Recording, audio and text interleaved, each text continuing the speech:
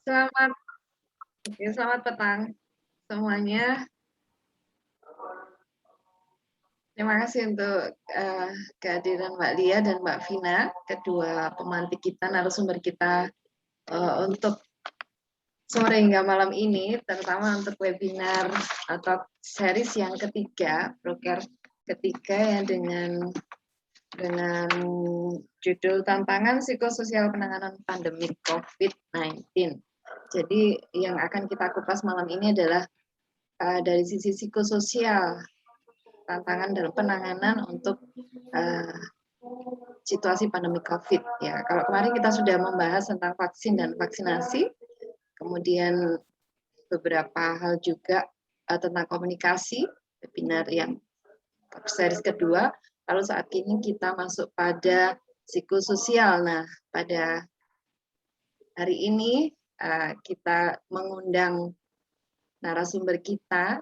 Jadi ada Mbak Lia dari psikologi klinis, tenaga ahli psikologi klinis dari Unit Pelaksana Teknis Pusat Pelayanan Terpadu Pemberdayaan Perempuan dan Anak di DKI Jakarta, dan Mbak Vina Itriati dari dosen sosiolog UGM, betul ya Mbak Vina?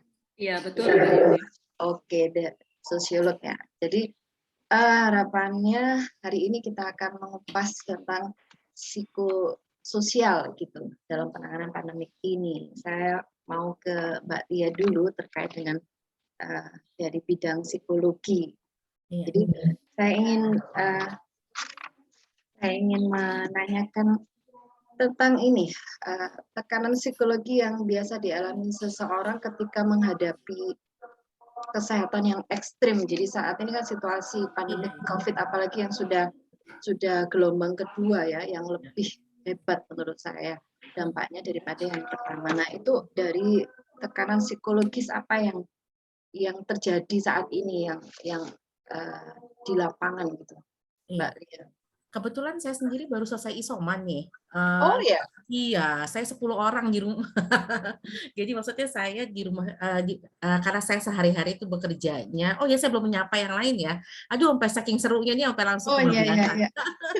Iya.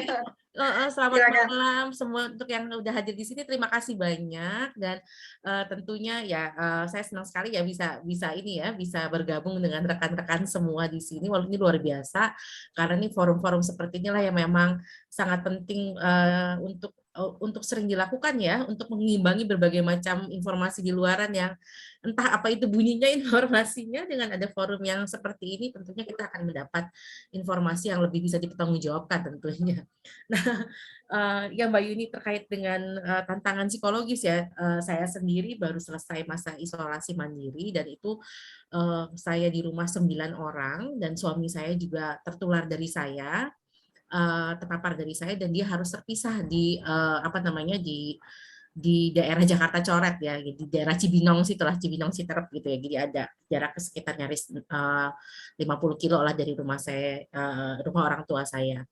Nah, apa namanya tantangannya buat masyarakat ya, terutama ketika mereka menghadapi situasi di mana mereka terpapar suatu penyakit yang memang sampai sekarang masih belum diketahui bagaimana cara penanganan yang ajaknya ya, penanganannya protokol resminya itu selalu berubah-ubah terus gitu ya. Tentunya itu sangat sangat membuat mereka sangat cemas, sangat khawatir, sangat ketakutan, bingung bagaimana harus bingung apa namanya gimana mereka harus berespon terhadap situasi itu. Akses layanan juga sulit dan saya meskipun bersembilan kami di rumah positif semua dan dites di lab yang memang terkoneksi dengan Kementerian Kesehatan, saya nggak dapat WA Kemenkes loh. Sama sekali saya nggak dapat, sehingga kami juga kebingungan. Untungnya ayah saya adalah dokter, jadi ayah saya bisa membantu apa namanya kasih instruksi kepada kita semua. Bayangkan kalau ternyata itu dialami oleh masyarakat yang tidak punya apa namanya anggota keluarga atau tidak terakses dengan layanan kesehatan sama sekali. Tentu itu akan semakin membuat mereka sangat stres ya, sangat frustrasi, merasa tidak berdaya. Itu luar biasa sih. Apa namanya emosi psikologisnya itu sangat luar biasa. Ketika memang terinformasi antigen kita reaktif saja itu sudah bikin deg-degan setengah mati, apa namanya, Mbak Yuni ya, deg-degan setengah mati. Saya berusaha tegar waktu itu, ini pengalaman refleksi saya pribadi ya, saya berusaha tegar ketika saya tahu ibu saya reaktif. Ibu saya tanya, saya harus bagaimana? Kata ibu saya, tenang mah, nanti kita lapor ke RT RW.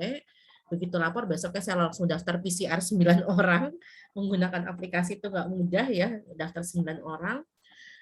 Karena saya berdasarkan informasi dari tetangga saya yang sudah positif duluan, menunggu tes dari puskes itu perlu waktu, dan untuk hasilnya pun perlu waktu karena memang tenaga kesehatan juga sudah sangat kewalahan, akibatnya kita mencoba sendiri. Dan dalam masa penantian itu pun, aduh untuk besok kita mau PCR, menunggu hasil, itu secara emosional sudah teraduk-aduk gitu ya. Dan saya tidak membayangkan bagaimana jika itu terjadi pada masyarakat yang memang akses informasinya jauh lebih terbatas gitu ya, atau akses dukungannya juga lebih minimal. Itu sih yang saya saya bisa sampaikan di awal ini ya, sebelum kita diskusi lebih lanjut. Itu luar biasa banget tekanannya, dan ketika bolak-balik ada berita kematian, ada berita orang masuk ICU, itu juga semakin menambah. Ketika saya mendapatkan PCR saya yang kedua masih positif, PCR saya yang ketiga juga masih positif, itu juga saya juga lumayan, aduh ini saya mesti ngapain lagi nih, udah begini, udah begitu, udah, tapi masih positif terus.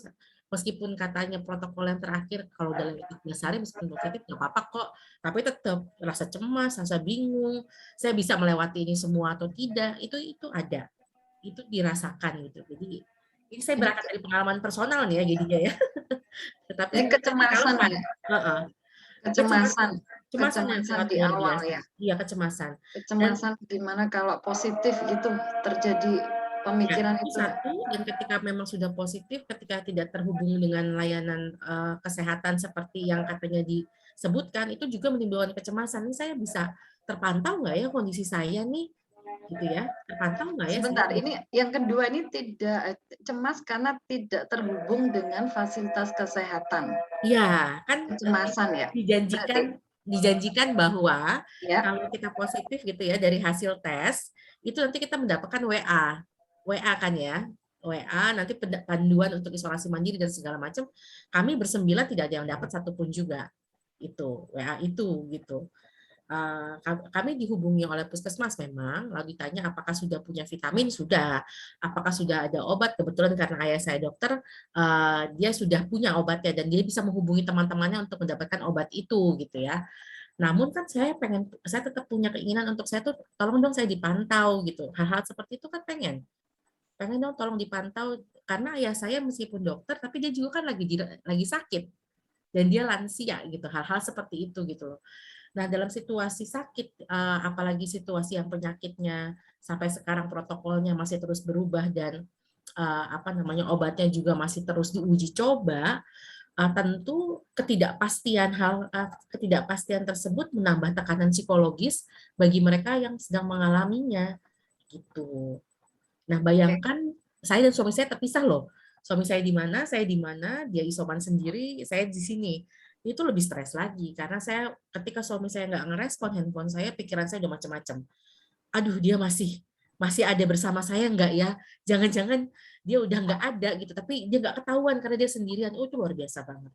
Itu sangat luar biasa. Saya membayangkan bagi mereka yang orang tuanya ada di rumah sakit, keluarganya lain di rumah karena nggak kebagian tempat untuk isolasi mandiri, tidak kebagian tempat untuk isolasi di tempat yang memang ditentukan oleh pemerintah atau tempat isolasi, tentu itu akan sangat cemas ya situasinya. Saya membayangkannya seperti itu. Oke. Satu yang saya Jadi garis bawahi tadi ada ketidakpastian ya. Ya, ada ketidakpastian tentang pelayanan, penanganan, protokol, dan obat-obatan juga. Sebentar, saya mau tanya dulu. Ini Mbak Lia beserta keluarga sudah vaksin belum? Sudah. Sudah ya? Sudah. Ayah saya nakes, jadi dia udah dapat yang ketiga, tapi itu inisiatif dari rumah sakitnya. Jadi tiga-tiganya Sinovac, saya juga sudah karena saya psikolog klinis. Dan di tempat kerja saya juga karena termasuk layanan pemerintah, jadi memang termasuk yang kedua mendapat vaksin bareng dengan lansia. Ibu saya juga sudah, adik ipar saya polisi juga sudah, adik saya juga sudah dapat juga. Bahkan pekerja rumah tangga ibu saya pun juga sudah dapat vaksin meskipun baru sekali. Hanya anak-anak saja yang belum karena semua anak-anak di bawah 12 tahun. Gitu. Oke, oke. Saya beralih ke Mbak Vina nih sekarang. Jadi kalau situasi psikologis tadi itu berdasarkan pengalaman pribadi, yang saya kira Mbak Lia ini dekat dengan maksudnya dengan layanan kesehatan, saya kira lebih dekat ya daripada orang-orang yang di luar sana. Ada banyak yang lebih tidak terjangkau, saya kira ya. Nah, dengan situasi psikologis seperti itu, Mbak Vina, apakah akan berpengaruh terhadap program-program pemerintah untuk penanganan COVID sendiri? Keberhasilan pemerintah maksudnya, apakah akan berpengaruh terhadap itu semua? Terutama untuk yang vaksinasi nih. Karena sampai dengan saat ini vaksin kan masih terus berlanjut ya. Ini nakesnya udah mulai ada booster lagi 1 kali Moderna, dan itu KIPI-nya luar biasa. Jadi artinya dampak efeknya sampai beberapa hari mereka harus apa itu namanya menyiapkan diri untuk tidak terjadi ikutannya, jadi pasca ikutan dari vaksin. Gimana Mbak Vina? Iya, suara saya terdengar ya, Mbak? Iya, jelas. Oke.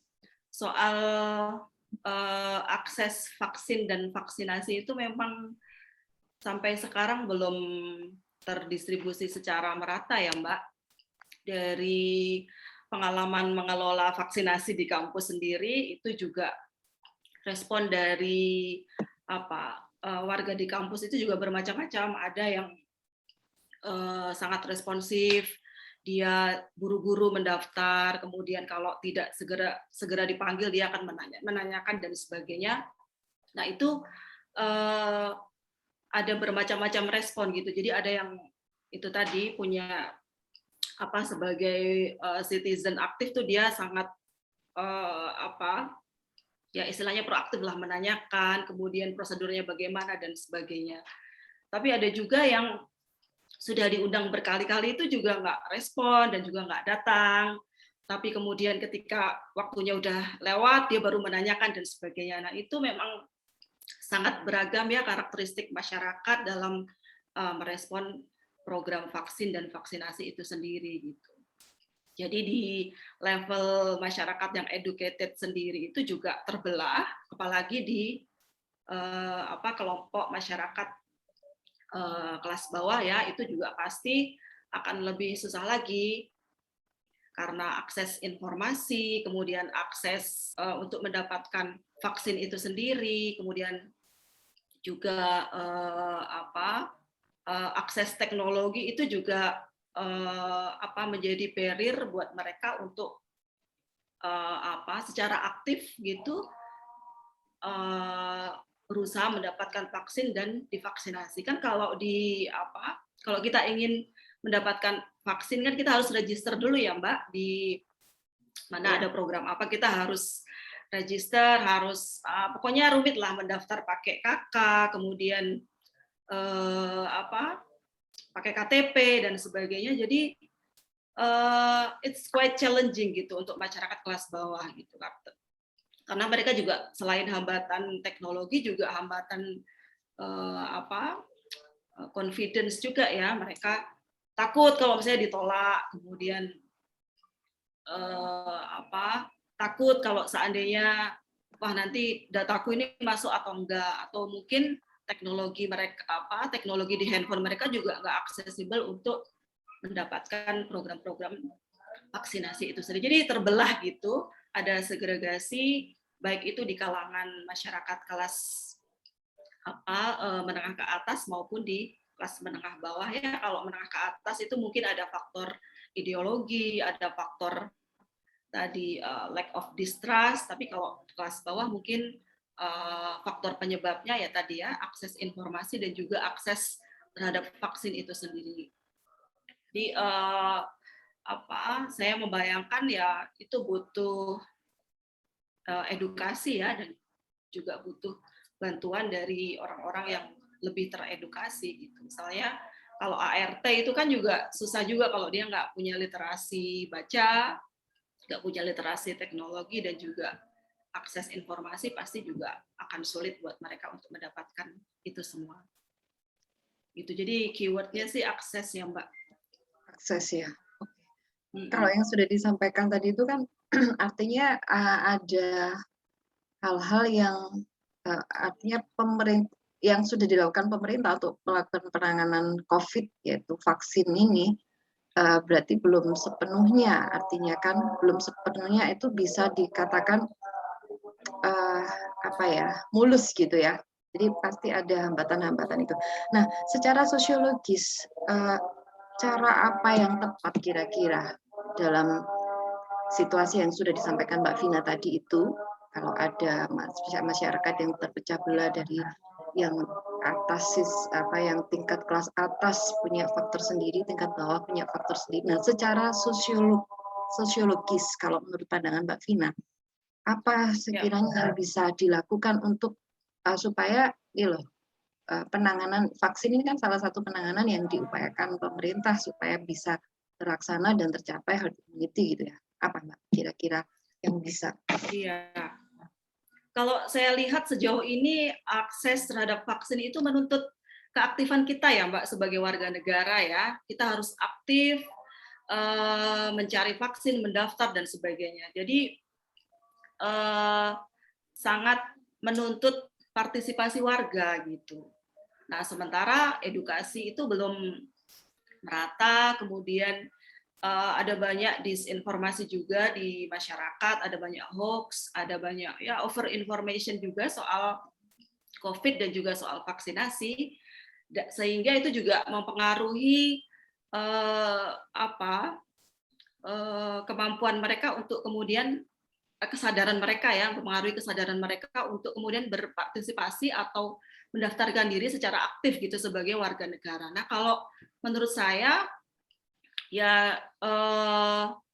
karena situasinya belum memungkinkan untuk seperti itu harusnya pemerintah meregister warganya, kemudian mungkin melalui struktur di tingkat kampung, RT, RW, sehingga nantinya tidak ada yang tersisa no left behind, tidak ada orang yang tertinggal dan juga tidak ada eksklusi gitu. Jadi memanfaatkan struktur di kampung dan juga di desa, dan juga sekaligus juga kalau masih bisa ada aktif partisipasi dari warga nggak apa-apa gitu. Tapi kalau hanya mengandalkan individual participation itu, saya rasa tidak akan bisa cepat terlaksana gitu. Herd immunity atau vaksinasi atau herd immunity sampai 70% itu nggak akan bisa cepat terlaksana karena basisnya adalah partisipasi individu tadi gitu.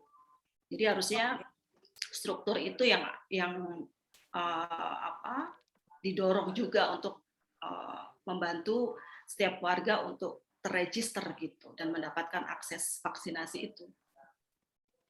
Nah, sekarang ini tuh kan sedang digalakkan vaksinasi massal ya, ada di beberapa tempat-tempat misalnya gor atau gelora atau tempat-tempat yang luas. Jadi misalnya ada di gedung ya. Misalnya kalau di Surabaya itu ada beberapa tempat, misalnya di Kodam Brawijaya, kemudian ada di Gelora Pancasila, ada di Gelora 10 November, dan itu targetnya puluhan ribu.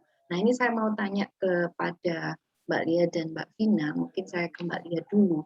Nah, ini kalau tadi kan Mbak Vina menyampaikan nggak bisa tuh kalau harus mengandalkan person harus dari nggak bisa mengandalkan personal ya. Tapi saya kira kalau akhir-akhir ini saya ingin tanya dulu ke Mbak Lia secara psikis. Ini ada banyak yang dilakukan pemerintah seperti itu tadi. Jadi vaksinasi massal dan itu memang banyak sekali pengikutnya. Ya. Nah, saya ingin tahu dari sisi psikologis ya. Apa yang dirasakan, maksudnya apa ini yang terjadi nih pada masyarakat Indonesia tuh, sampai yang awalnya banyak ada beberapa yang menolak gitu ya, kemudian yang akhir-akhir ini kenapa terjadi kayak gelombang yang mereka betul-betul ingin melakukan Ya, vaksin gitu. iya. Eh, iya. Ya, mungkin kalau dari pengamatan saya di awal masih banyak orang yang meragukan kan sebetulnya efektivitas vaksin itu sendiri. Apalagi mungkin banyak yang mencoba mencari informasi sendiri. Wah, ternyata bikin vaksin itu lama loh, kok ini kita bisa cepat banget ya, jangan-jangan vaksinnya ini beneran efektif nggak ya, kayak gitu-gitu. Jadi mungkin di awal banyak yang meragukan. Namun pas yang mulai gelombang kedua ini kan memang beberapa informasi dari informasi dari petugas kesehatan yang menyampaikan bahwa mereka yang sudah divaksin menunjukkan dampak yang jauh lebih ringan, tidak seberat dengan mereka yang belum divaksin sama sekali. Nah, mungkin itu adalah salah satu kondisi yang jadinya mendorong masyarakat untuk oke, kita nih harus vaksin, ini udah terbukti nih gitu. Karena memang pada dasarnya kita lebih senang untuk mempercayai hal-hal atau lebih mudah untuk mempercayai hal-hal yang memang sudah terbukti kebenarannya menurut versinya menurut versinya kita gitu ya. Jadi kita akan jauh lebih yakin ketika memang oh iya ternyata memang betul ya kalau memang sudah pernah divaksin itu gejalanya lebih ringan atau malah mungkin dianggapnya tidak menunjukkan gejala sama sekali meskipun pasti ada gejalanya pasti ada efeknya ya cuman dia mungkin tidak terlalu mempengaruhi pada dia jadi masih bisa beraktivitas keseharian. Nah hal-hal seperti itulah yang mungkin membuat masyarakat menjadi nah ini memang benar-benar nyata adanya dan akhirnya dan saya memutuskan untuk mengambil langkah untuk vaksin yang sebelumnya mereka mungkin merasa sangat ragu dan sangat kebingungan dengan berbagai macam informasi yang ada gitu ya. Informasi tentang vaksinnya juga ragamnya banyak orang yang menunggu nunggu Pfizer masuk, nunggu Moderna masuk, ini kapan masuknya dan ternyata begitu masuk juga kan terbatas ya seperti itu. Nah itu karena memang manusia secara umum proses berpikir manusia, proses pengambilan keputusan manusia itu memang sangat dipengaruhi oleh pengalaman-pengalaman sebelumnya. Ketika pengalaman sebelumnya menyatakan bahwa untuk proses pengobatan atau untuk vaksin itu perlu puluhan tahun untuk menjadi paten, gitu, perlu waktu tahunan untuk menjadi paten, mereka tidak akan mudah percaya ketika memang kurang dari 2 tahun sudah ada vaksin gitu yang seperti itu. Lalu ketika memang mereka belum melihat atau mengalami sendiri gitu ya, atau bukan orang terdekatnya yang mengalami atau mengalaminya sendiri, belum sepenuhnya percaya. Apalagi informasi begitu banyak bertebaran dan itu menambah kebingungan dan membuat mereka semakin sulit untuk mengambil keputusan yang tepat. Ringkasnya seperti itu, tapi tetap aja panjang ya ini ya, seperti itu. Iya. Oke, sebelum ke teman-teman yang sudah raise hand, satu lagi ya sebentar ya Mas Ahmad Taufil. Saya kembali ke Mbak Vina nih. Kalau tadi itu secara psikologis ya, masyarakat kita mulai percaya nanti dengan adanya vaksin dan mereka akhirnya berbondong-bondong ikut meskipun dibuka banyak-banyak, tetap aja datangnya juga banyak juga dan tetap aja masih ada yang masih mencari belum dapat. Nah, situasi ini kan akhirnya bertentangan dengan kebijakan pemerintah yang PPKM itu ya, jadi ada pembatasan kerumunan dan lain sebagainya. Otomatis kalau ada vaksinasi massal meskipun sudah diatur sedemikian rupa oleh penyelenggara, ya beberapa di tempat yang saya temui itu kerumunan terjadi di mana-mana. Nah, menurut Mbak Vina nih, secara dari sosiolog ya, saya ingin tahu bagaimana ini kebijakan pemerintah yang saling bertolak belakang. Jadi memang saya tahu itu untuk mengejar herd immunity tadi itu, tapi artinya tidak mendukung kebijakan yang satunya. Gimana, Mbak Vina? Iya, Mbak Yuni. Memang kepanikan itu terasa ya di kalangan masyarakat ya, terutama ketika kasus COVID ini melonjak di berbagai kota ya, di Jogja beberapa waktu yang lalu juga melonjak tinggi dan hampir setiap hari ya kita mendengar berita duka dan itu menimbulkan ya fear ya, ketakutan, kepanikan itu memang mendorong anggota masyarakat untuk kemudian semakin aktif mencari akses ya untuk mendapatkan vaksinasi itu sendiri, tetapi ya karena itu dorongan kepanikan dan ketakutan itu lalu kemudian justru mereka melupakan tadi prokes, melupakan esensi bahwa ya penularan COVID ini lewat kontak individu, kontak fisik dan sebagainya karena tujuannya adalah untuk mendapatkan vaksin. Jadi memang ya semua program pemerintah saat ini kayaknya based on respon ya, jadi nggak preventif tapi ada kebijakan karena ada case ini, ada kebijakannya, ada case. Jadi semuanya based on reaktif dan responsif gitu. Jadi akhirnya masyarakat juga meresponnya dengan cara yang sama ya, reaktif dan responsif itu tadi, sehingga basis pencegahan COVID itu jadi terlupakan. Kita lupa harus pakai masker, kita lupa harus jaga jarak, kita lupa harus mencuci tangan dan sebagainya. Yang penting vaksin gitu, biar tidak sakit kan intinya. Tapi kita lupa bahwa kita juga harus punya partisipasi juga untuk tidak menyebarkan virus itu lebih lanjut lagi gitu. Jadi intinya biar tidak lebih parah tadi. Oke, ini ada teman-teman kita yang mau bertanya. Silakan Pak Ahmad Novil. Baik, terima kasih. Bisa terdengar ya? Bisa. Dulu Bu. Mau bertanya ke siapa, Mas? Ke Mbak Vina, Bu Vina. Oke.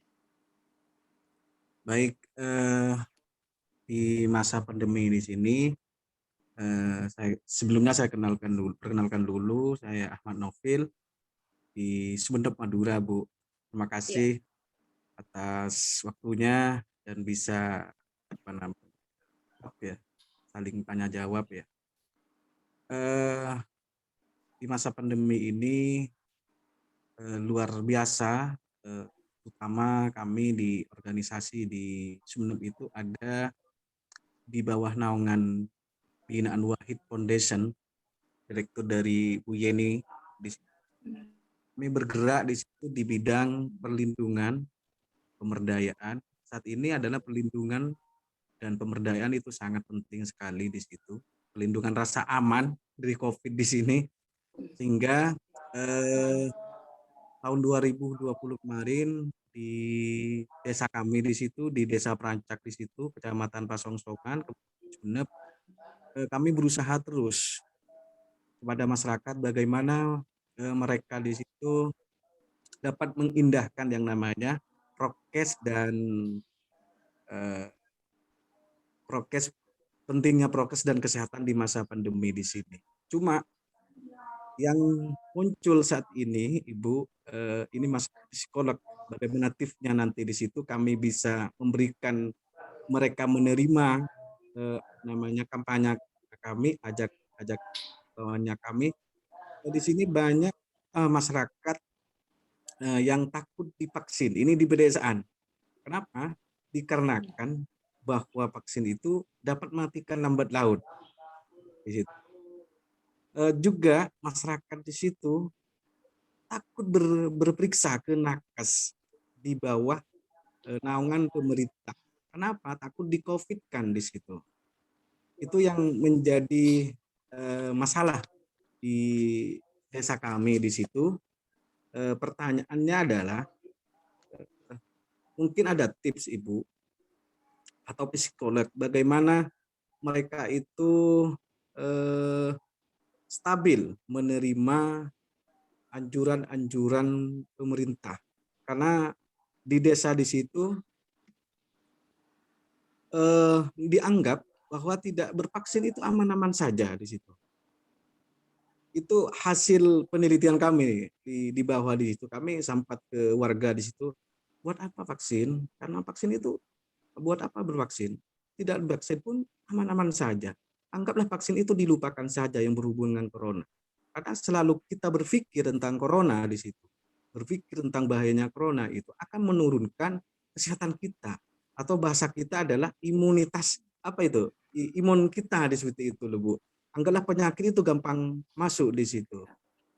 Itu loh Bu, mungkin ada tips atau secara psikologis keadaan-keadaan seperti itu, kreasi masyarakat seperti itu, pemikirannya masyarakat itu. Kami sebentar lagi di sini dalam minggu ini akan mengadakan sosialisasi secara intensif lagi tentang dampak COVID dan penanganan serta meluruskan berita-berita hoax di situ. Mungkin ada jurus jitu sebelum kami sosialisasi nanti di Desa Damai situ, mungkin dari Ibu akan menjadi cover kami dalam bergerak di bidang kemanusiaan ini.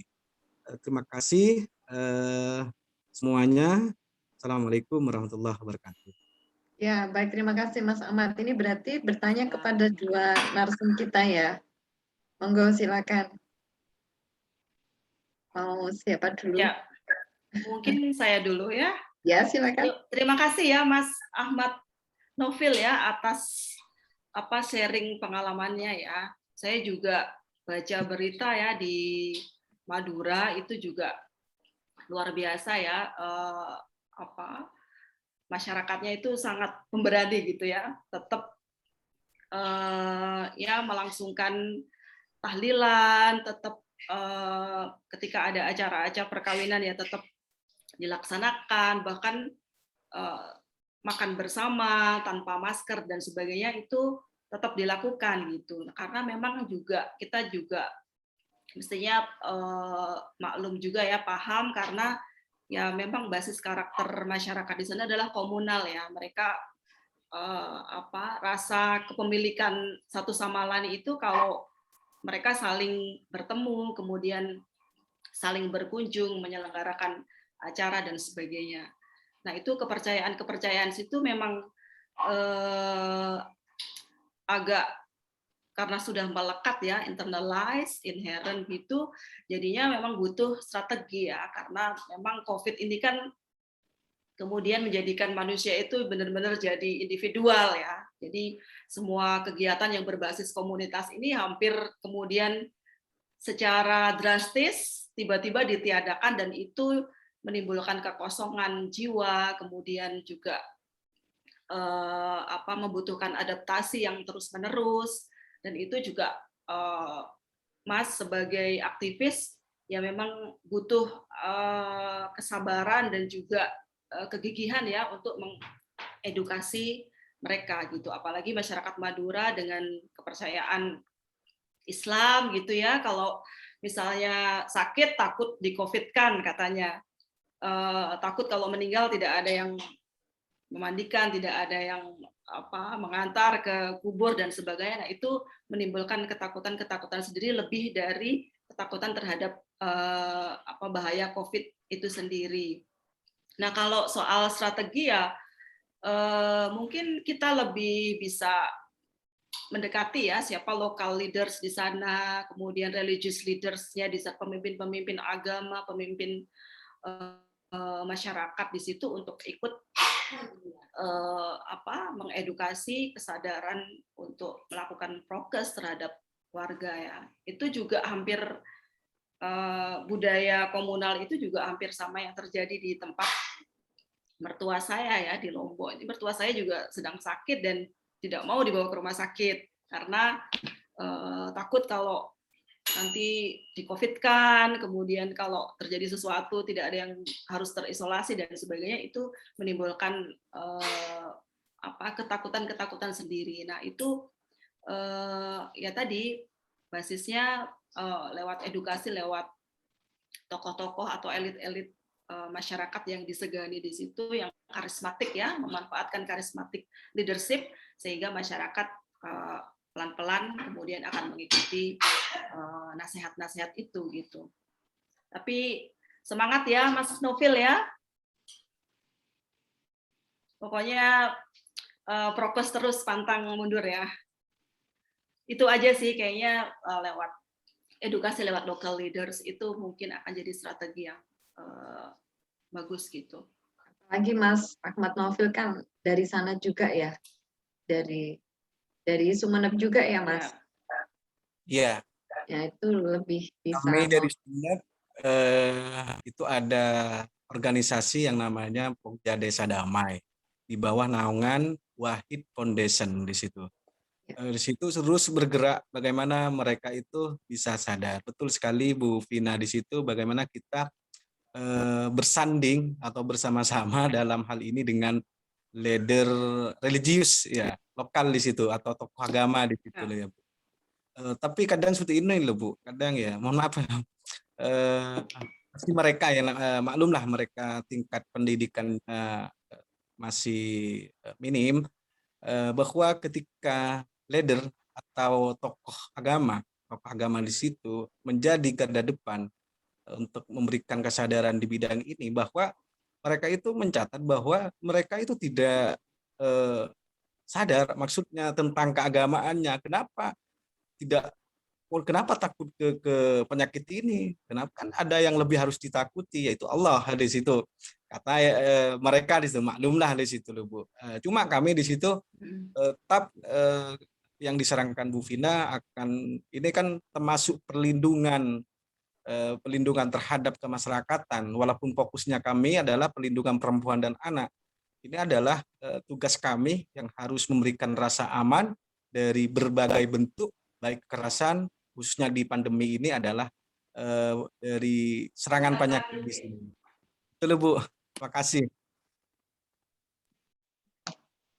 Ya, mungkin perlu ditambah lagi ya edukasinya, nggak cuma soal prokes dan vaksin, tapi juga edukasi soal pemahaman mengenai resiko. Nah itu kan yang membuat mereka kadang-kadang nggak aware karena ketimpangan pemahaman soal resiko itu yang berbeda-beda gitu. Jadi dan soal vaksin hesitation atau keraguan-raguan soal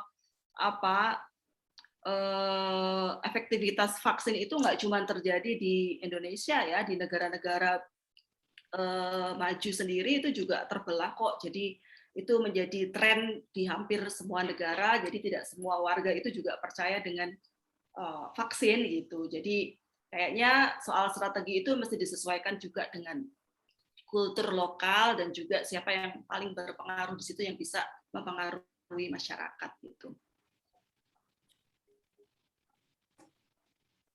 Oke, baik. Ya, Mbak Yuni.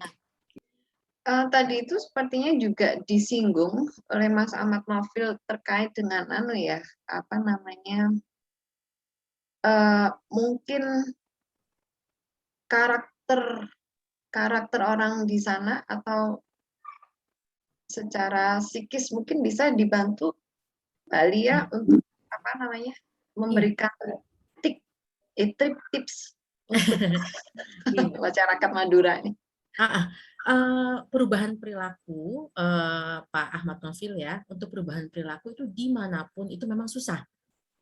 Contoh paling sederhana adalah ketika orang terbiasa merokok ya, kita suruh berhenti merokok, memang bisa langsung berhenti. Enggak gitu ya. Apalagi kalau ini sudah menyangkut hal yang lebih mendalam. Terkait dengan pandemi ini kan memang penghayatannya itu sangat mendalam ya buat masing-masing orang. Ada yang mengaitkannya dengan politik, ada yang mengaitkannya dengan ideologi dan segala macam ya.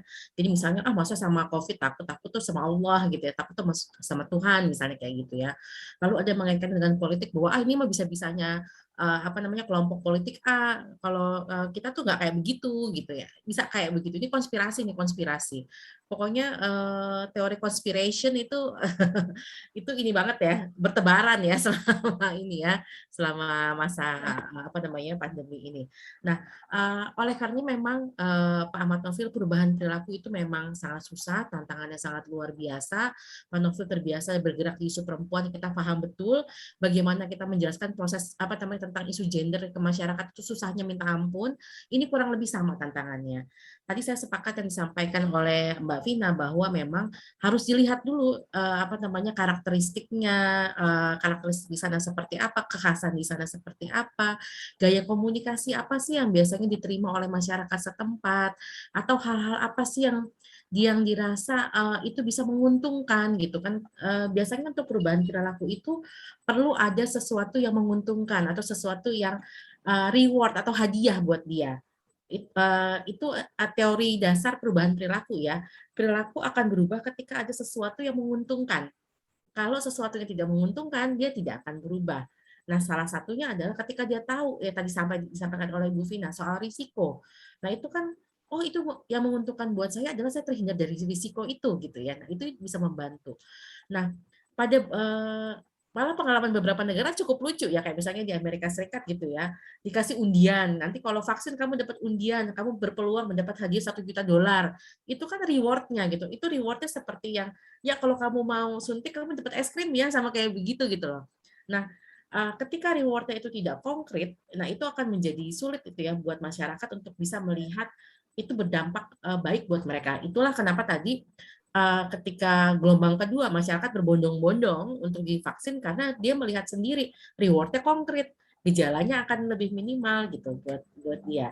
Nah, Pak Ahmad Novil, memang ini masih perjuangan jangka panjang sekali untuk bisa memastikan bahwa masyarakat itu memahami pentingnya prokes, pentingnya untuk divaksin dan segala macam. Itu masih perjuangan yang sangat panjang. Bahkan untuk vaksin anak pun sekalipun aja masih sampai sekarang masih ada kelompok yang anti-vak gitu ya. Padahal untuk vaksin pada anak itu sudah jelas-jelas, atau imunisasi pada anak itu jelas-jelas itu terbukti gitu, seperti itu. Nah, mungkin selain tokoh tadi yang disampaikan oleh Ibu Vina juga, Mbak Vina juga mungkin kalau memang ada bisa sharing pengalaman mengenai pengalamannya mereka ketika mereka mengalami situasi COVID itu tidak enaknya kayak gimana, itu juga mungkin bisa menambah pengetahuan dan bisa menambah pemahaman mengenai risiko yang tadi disampaikan oleh Mbak Vina. Biasanya testimoni itu biasanya cukup membantu ya untuk bisa masuk ke tataran pemikiran yang konkret pada masyarakat. Itu juga mungkin bisa membantu. Namun strategi memang tetap harus diuji coba, diuji coba terus, karena memang masing-masing orang itu punya kekhasannya yang sangat spesifik, punya latar belakangnya yang sangat spesifik, Pak Ahmad Novil. Semangat selalu ya Pak ya, dan jangan lupa prokesnya buat Bapak juga, dan saya rasa ini sangat luar biasa. Bisa dimulai dari gerakan perempuan itu sendiri Pak, karena biasanya perempuan itu bisa membantu menginformasikan kepada keluarga mengenai pentingnya soal kesehatan. Gitu. Jangan Ibu abaikan nih peran perempuan. terakhir loh Bu, Iya. enggak enggak apa-apa nanti Bu. Cuma sebagai laporan saja di situ. Bahkan bentuk reward lah, saya anggaplah bentuk reward lah. Itu penting sekali. Bahkan di pemerintah itu lebih dikencutkan lagi dari bantuan di situ saat ini, seperti PKH dan semacamnya, BLT di situ ya di masa pandemi. Ketika ada berita vaksin di situ loh Bu, ini fakta di bawah di desa kami di situ Bu, di Madura, bahwa mereka itu memilih tidak menerima bantuannya ketimbang bervaksin di situ loh Bu, karena ketika menerima bantuannya itu harus menunjukkan kartu vaksin. Mereka memilih tidak hadir karena kami masuk pelaksana di dalamnya di situ loh Bu. Bahkan masyarakat itu banyak tidak hadir. Kenapa? Karena harus menunjukkan vaksin. Ketika hadir ke tempat pembagian bantuan di situ takut divaksin, sehingga mereka itu memilih tidak hadir di situ loh Bu. Itu sehingga kami banyak berterima kasih kepada Ibu Lia maupun Ibu Yuni sebagai narasumber mungkin malam ini telah banyak memberikan inspirasi baru, pengetahuan yang baru. Kami bisa bergerak di masyarakat, kebanyakan mayoritasnya awam di situ, sehingga ini menjadi tambahan bagi kami. Sekali lagi terima kasih Ibu Lia dan Bu Vina ya, saya sebagai moderator di sini. Oke, terima kasih Mas Ahmad. Ini ada satu lagi peserta kita, Mas Michael Sihotang. Ya, silakan Mas. Iya, selamat malam semuanya. Saya Michael Sihotang. Saya mahasiswa pasca sarjana Universitas Göttingen, Jerman. Jadi hari ini memang kayaknya topik ini menurut saya cukup menarik karena perspektif yang digunakan psikososial. Jadi biasanya kan, kebetulan saya latar belakang saya teologi. Jadi somehow dua topik ini, psikologi dan sosiologi, akan sangat berdampak sebenarnya secara faktual. Tapi ada beberapa respon yang ingin coba saya sampaikan dulu. Yang pertama, saya sadar kita sampai pada titik ini memang itu karena pemerintah kita memang masih sangat liquid ya, dalam arti mulai dari penentuan kebijakan sampai kemudian strategi vaksinasi dan seterusnya. Dan saya juga bisa maklum, kalau memang ini bisa kita maklumi begitu ya. Saya bisa maklum kenapa banyak terjadi keraguan di level grassroots begitu, karena memang yang pertama di saat bencana seperti sekarang pun toh kita masih bisa menemukan kasus-kasus korupsi sampai pada level yang tidak kita duga. Artinya sampai ketua RT pun di beberapa kasus ikut korupsi dana bantuan gitu. Dan itulah kenapa saya juga sangat yakin fakta-fakta ini ikut membantu persepsi masyarakat terhadap apa yang sedang dikerjakan pemerintah terkait katakanlah penghentian penyebaran corona ini begitu.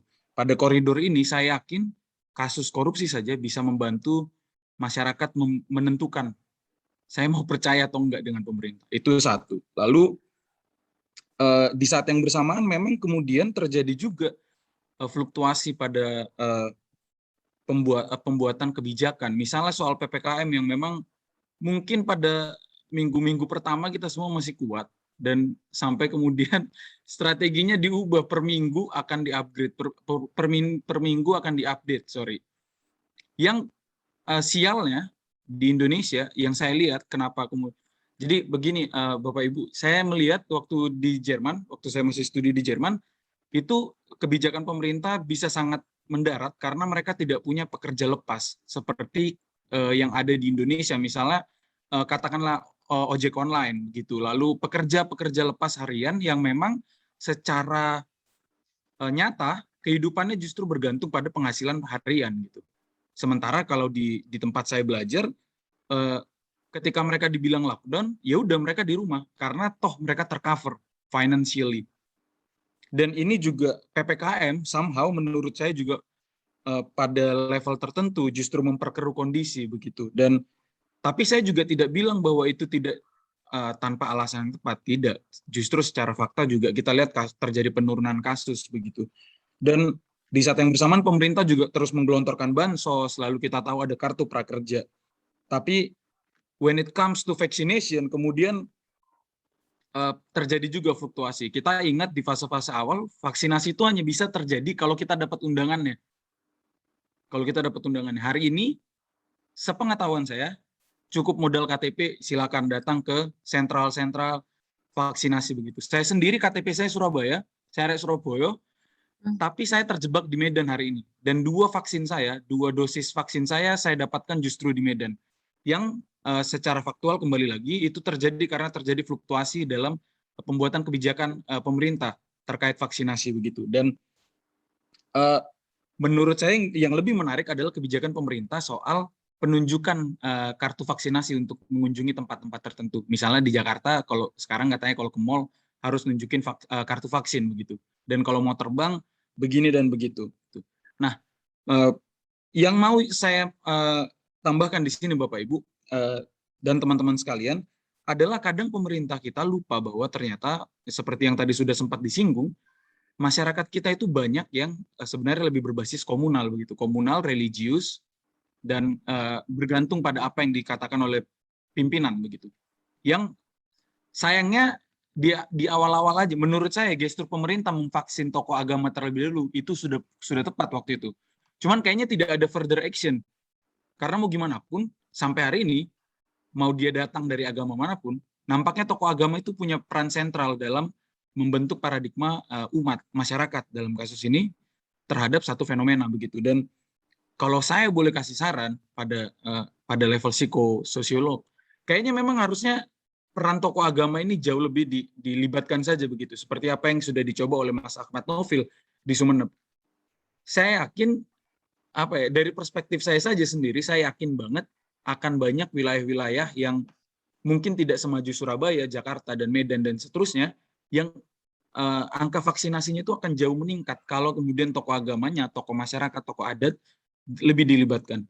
Saya tidak bilang bahwa apa ya? Saya tidak bilang bahwa kemudian kita membujuk dengan rayuan-rayuan belaka, enggak. Bisa saja menurut saya informasi-informasi faktual itu disalurkan lewat tokoh-tokoh penting ini. Karena kalau pemerintah masih menggunakan, menurut saya kalau masih strict pada katakanlah lewat koran, konferensi pers, gitu-gitu, rasanya itu tidak akan berbuah banyak, dan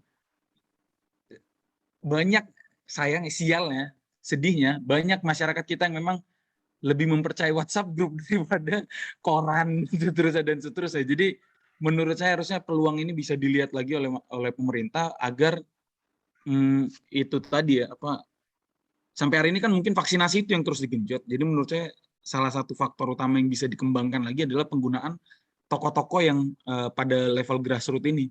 Seperti itu mungkin kalau dari saya. Dan terima kasih pemaparannya Ibu Lia dan Ibu Vina. Oke, terima kasih Mas Mika. Itu tadi banyak hal ya yang sudah dipaparkan, mulai dari unsur ketidakpercayaan masyarakat, kebijakan pemerintah, lalu terakhir ada saran yang disampaikan. Mungkin saran yang disampaikan oleh Mas Mikael Sitohang ini, nah ini saya mau tanyakan juga ini ke dua narasumber kita. Sekiranya itu bisa bisa diaplikasikan gitu loh.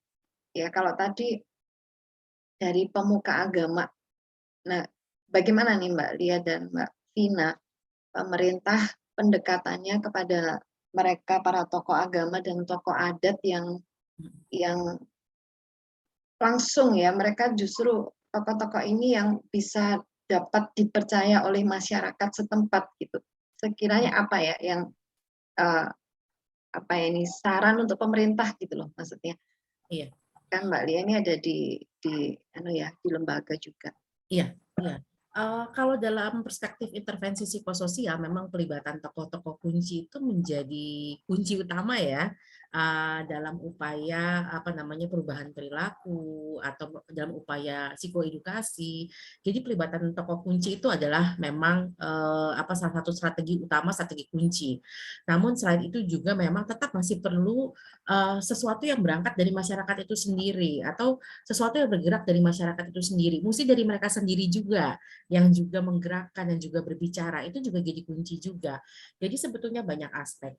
Kalau memang dan jangan lupakan karakteristik banyak hal ya, kayak misalnya wilayah tertentu, karakteristik usia, karakteristik misalnya kekhasan karena dia mungkin kelompok disabilitas dan segala macam, itu juga perlu diperhatikan. Jadi memang banyak hal yang memang bisa dilibatkan dalam upaya penyebaran informasi maupun perubahan perilaku ini gitu ya. Misalnya contoh pada kalangan misalnya yang memang daerah yang memang sangat kuat pemahaman keagamaannya, tokoh-tokoh agama bisa menjadi kunci untuk promosi gitu ya, tindakan upaya promosi dan preventif gitu ya. Lalu pada masyarakat yang kuat adatnya, tokoh-tokoh adat silakan bisa sangat mungkin dilibatkan untuk itu. Lalu pada usia yang lebih muda, mungkin kaum milenials ya, mereka akan lebih ngedengerin influencernya. Tentu itu juga bisa melibatkan influencer. Jadi banyak hal sebetulnya yang bisa dilakukan. Intinya adalah yang ingin coba saya sampaikan, ada satu yang bisa menjadi penggerak. Ini kita mau pakai lewat jalur yang mana nih. Karena untuk intervensi psikososial itu memang mesti yang pertama kali dilakukan identifikasi tokoh kunci, identifikasi pihak-pihak yang mungkin bisa berseberangan, dan identifikasi pihak-pihak yang masih abu-abu. Yang susah itu adalah identifikasi pihak abu-abu untuk perubahan perilakunya gitu kan ya. Ini dia mau ke arah mana nih, ini nanti dia akan kemana dan akan kemana, seperti itu. Nah kalau dari aspek psikososial kurang lebih seperti itu Mbak Yuni. Dan biasanya orang-orang yang memang dimaknai penting bagi seseorang itu akan jauh lebih didengarkan, akan jauh lebih dipercaya kalau dari aspek psikologinya ya, dan jauh lebih bisa diikuti gitu oleh kelompok atau oleh masyarakat atau oleh individu tertentu, seperti itu. Oke, Mbak Vina. Ya, terima kasih Mbak Yuni. Terima kasih Mas Michael ya atas komentar panjangnya. Ya memang tadi banyak sekali poin-poin yang bisa kita pelajari lebih dalam ya. Di antaranya memang masyarakat kita memang khas banget dengan informality ya, dan juga cara hidup yang sangat komunal gitu. Jadi memang intervensi yang dilakukan itu juga kita harus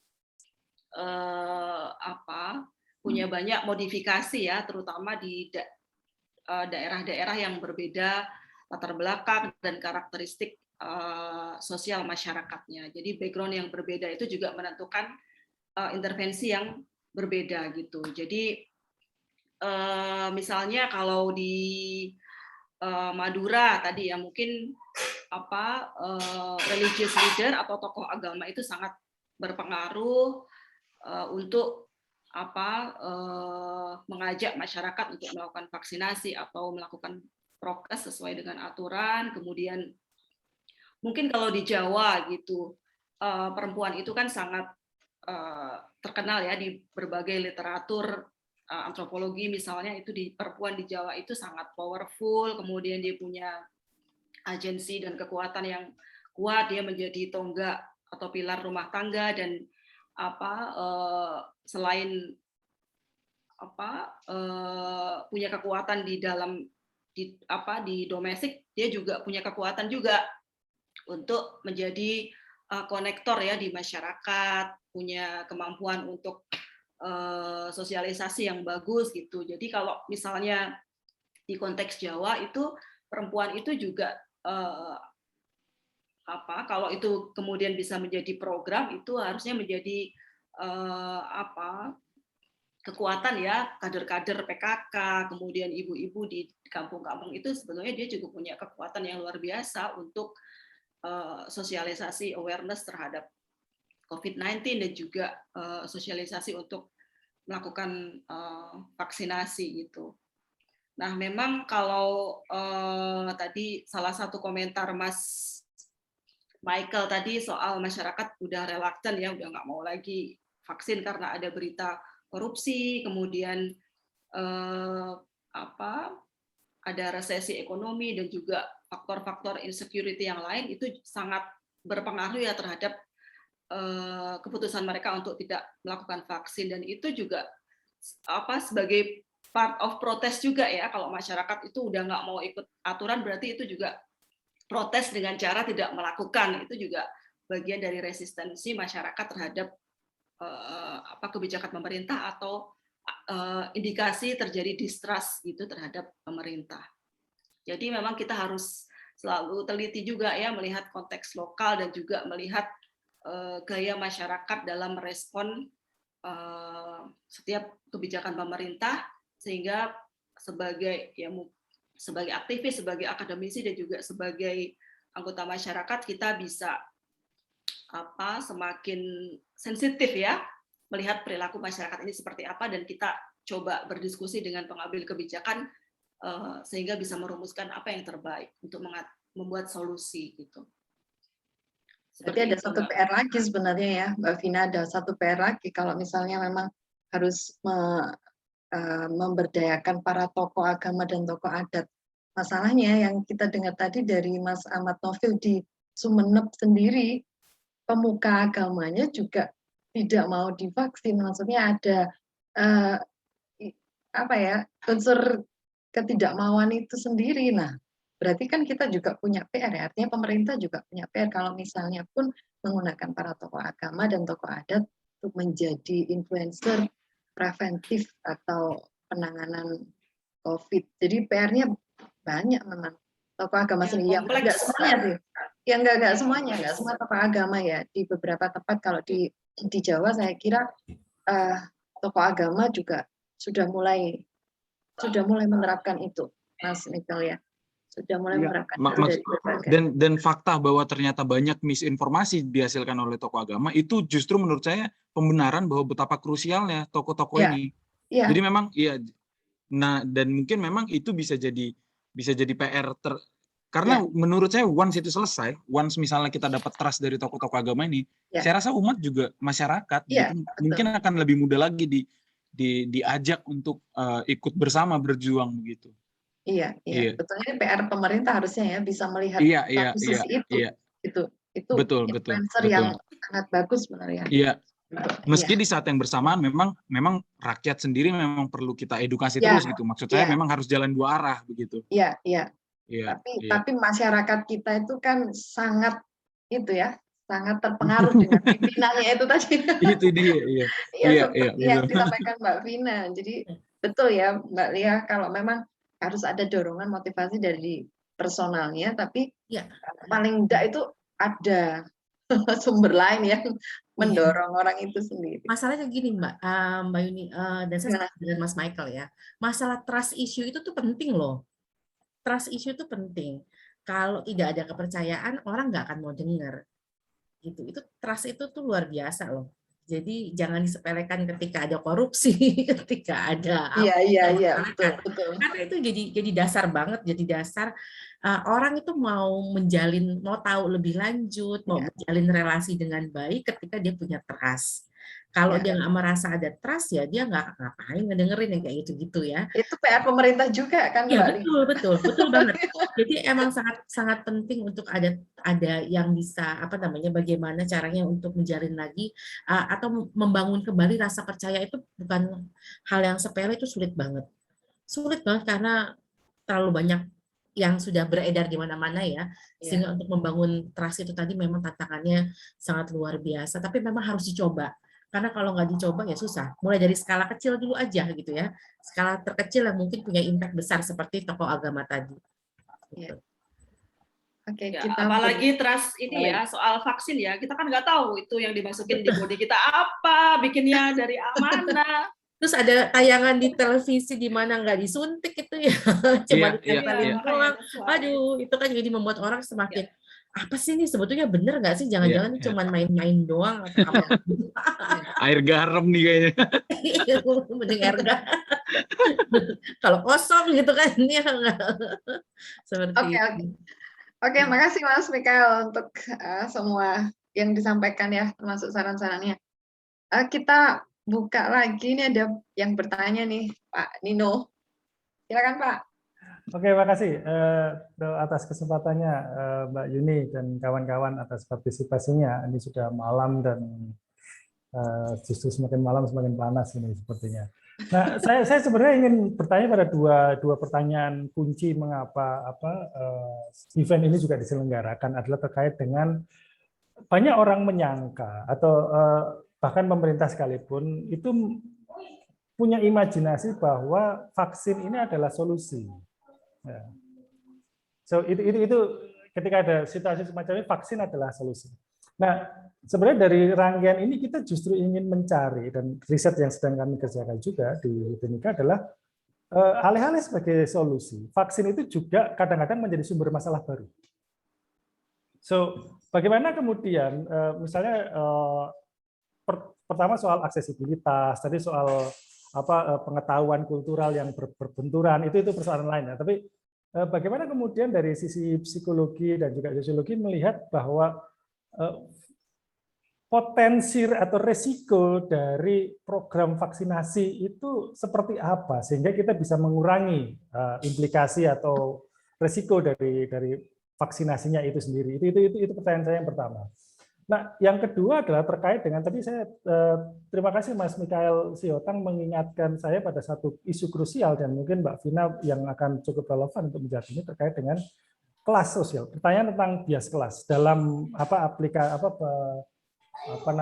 program-program penanganan COVID ini itu cenderung bias kelas dan itu kelasnya adalah kelas menengah, hidup di perkotaan dan segala macamnya itu. Dan tadi dengan sangat bagus disampaikan bahwa kalau di negara kesejahteraan seperti Jerman, semua sudah ditanggung oleh negara, jadi sistem jaminan sosialnya itu sudah aman. Jadi kamu seseorang itu di rumah saja sudah dijamin ada uang ditransfer ke rekening kamu secara otomatis oleh sistem jaminan mereka. Sementara di Indonesia kan tidak semacam itu dan banyak seperti kaum istilah kerennya itu sekarang kaum prekariat gitu ya, yang mereka tidak punya kontrak, mereka tidak punya jaminan kesehatan, jaminan sosial dan ya oke lah pemerintah punya BPJS ketenagakerjaan ya, tetapi orang-orang yang tadi sempat disampaikan misalnya itu kan tidak punya kontrak, bahkan mereka dianggap mitra karena lebih keren, tapi kemudian gara-gara mitra itu mereka nggak nggak punya jaminan-jaminan seperti apa ketenagakerjaan yang sesungguhnya. Nah, bagaimana kemudian kebijakan ini juga bias kelas? Itu pertanyaan yang kedua mungkin ke Mbak Vina. Tapi kalau yang pertama tadi bagaimana kemudian dari sisi psikologi itu vaksinasi ini justru memunculkan potensi atau persoalan baru, dan juga dari sosiologi seperti apa? Jadi mungkin itu dua pertanyaan saya. Terima kasih. Oke, terima kasih Pak Nino. Monggo. Mbak Lia dulu, silakan. Yang pertanyaan pertama tadi. Ya, kalau dari psikologi ya, kalau dari yang paling sederhananya deh, dari yang sering saya tangani sehari-hari itu kan kasus kekerasan terhadap perempuan dan anak ya. Pandemi sendiri kejam terhadap perempuan. Pandemi sendiri kejam loh terhadap perempuan. Implikasinya terhadap perempuan itu sangat besar. Beban gandanya buat perempuan semakin besar, kekerasannya semakin meningkat, tapi akses terhadap layanan semakin terbatas karena keterbatasan ruang gerak dan segala macamnya. Lalu kemudian segala macam bantuan itu lebih fokus pada ya kayak tadi yang disebutkan oleh Mas Michael adalah kartu prakerja. Oh, banyak sekali perempuan pekerja sektor informal yang nggak dapat kartu prakerja karena mereka bekerja misalnya di sektor sebagai pekerja rumah tangga, buruh cuci dan segala macamnya. Itu akan semakin sulit, sementara pada perempuan yang bekerja dengan sistem pekerja asisten rumah tangga yang pulang pergi harian, itu akan lebih mudah untuk mendapatkan let off ya, dihentikan, karena kan yang punya rumah khawatir kalau nanti mereka membawa virus dari luar dan segala macamnya. Dan jangan lupakan ini banyak akses vaksin itu tidak mudah buat semua, termasuk buat perempuan yang mengalami kekerasan juga tidak mudah, karena untuk pengambilan keputusannya nanti akan sangat ditentukan oleh pasangannya mereka dan bukan oleh mereka sendiri gitu ya. Lalu ketika semua sarana mensyaratkan orang sudah divaksin, bayangkan akses apa yang akan terputus pada orang-orang yang belum tervaksin ini gitu loh. Kalau saya sih ngeliatnya begitu. Sederhananya dia mau membeli kebutuhan misalnya ke pusat perbelanjaan aja menjadi susah. Dia untuk mengakses layanan yang mungkin menjadi hiburannya dia juga jadi susah karena dia belum pernah divaksin gitu ya misalnya. Sementara dia untuk mengakses vaksin dia tidak punya aplikasi. Kalau di Jakarta kita pakai Jaki misalnya, atau dia mau go show juga dia ragu karena nanti kalau saya datang saya ditanya, sementara saya ini adalah pendatang, lalu data-data saya bagaimana, nanti orang akan mempertanyakan nggak ya, kayak gitu-gitu. Perasaan khawatir ditolaknya karena memang dia merasa bukan menjadi bagian atau bagian kelas yang penting gitu ya di masyarakat. Nah, itu sangat jadi kompleks banget ya, jadi kompleks ke depannya. Lalu kemudian khawatirnya juga nanti akan muncul, kok dia nggak mau divaksin sih, emang dia kenapa? Oh, jangan-jangan dia alirannya begini begitu. Timbul prasangka bias-bias itu juga bisa jadi ketika ini bisa jadi arah kepada masalah-masalah yang kedepannya nanti akan menjadi semakin rumit ya sebetulnya. Kurang lebih seperti itu sih kalau saya melihatnya. Kalau dari aspek psikologisnya ya.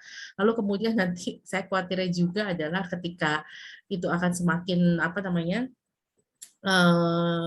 ketika ada sesuatu yang terjadi gitu, misalnya apakah karena saya ini belum divaksin ya jadinya saya jadi menyebabkan ini semua, misalnya kayak gitu-gitu. Ketika misalnya keluarganya yang belum divaksin dan segala macam, itu bisa jadi banyak hal lah kemungkinan yang bisa muncul kalau dari aspek psikologisnya. Oke, terima kasih Mbak Lia. Berikutnya pertanyaan kedua ya untuk Mbak Vina ya, terkait kelas-kelas tadi yang muncul. Ya. Terima kasih Mbak Yuni, terima kasih Mas Nino. Waduh, ini Mas Nino ini teman saya kuliah, udah lama banget nggak ketemu. Ini ketemunya secara virtual. Berubah banget nih, udah berapa belas tahun nggak ketemu Mas Nino. 20 tahun. 20 tahun nggak ketemu, tapi ya akhirnya ketemu di diskusi ini. Senang sekali ya diundang oleh Mas Nino dan saya happy ya untuk berdiskusi di sini. Ya memang COVID-19 ini mau nggak mau kita harus embrace ya, kita harus living with COVID ini gitu.